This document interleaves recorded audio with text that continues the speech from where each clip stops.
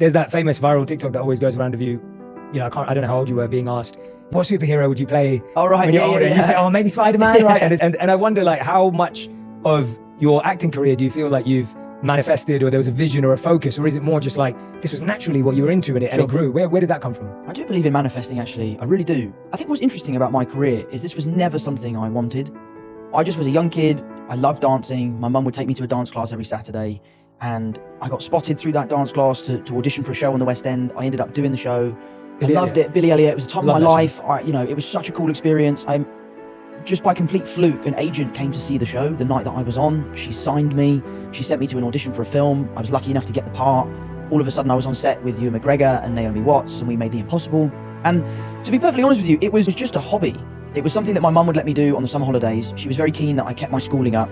And there sort of came that time in England where you're in between GCSEs and A-levels, and you're trying to figure out. When I was going through that, you could still drop out at A-levels. Obviously, now you have to do A-levels.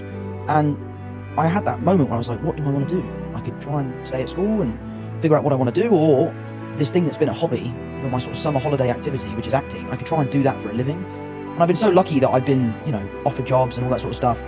I decided to go with it. I joined the Brit School because, my mum was keen that I didn't go for school for an education, but went to school, expand my social skills and meet kids my own age. All my friends when I was 15 were like 30-year-old people because they're all adults from the business.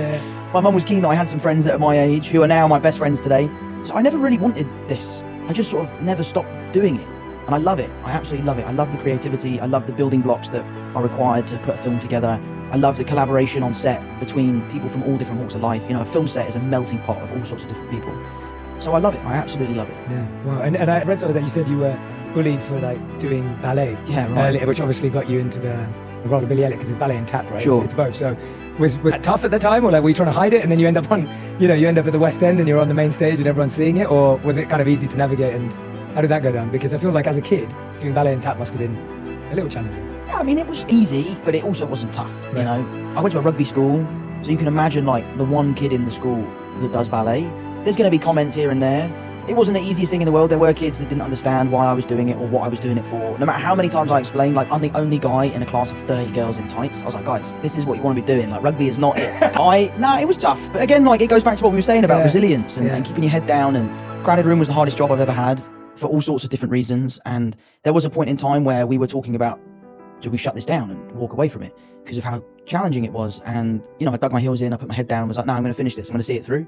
And I think, you learn from past experiences like that. So I really am proud of the way everyone handled The Crowded Room. And I think that stems from my childhood, my dad's experiences and all that sort of stuff. Yeah.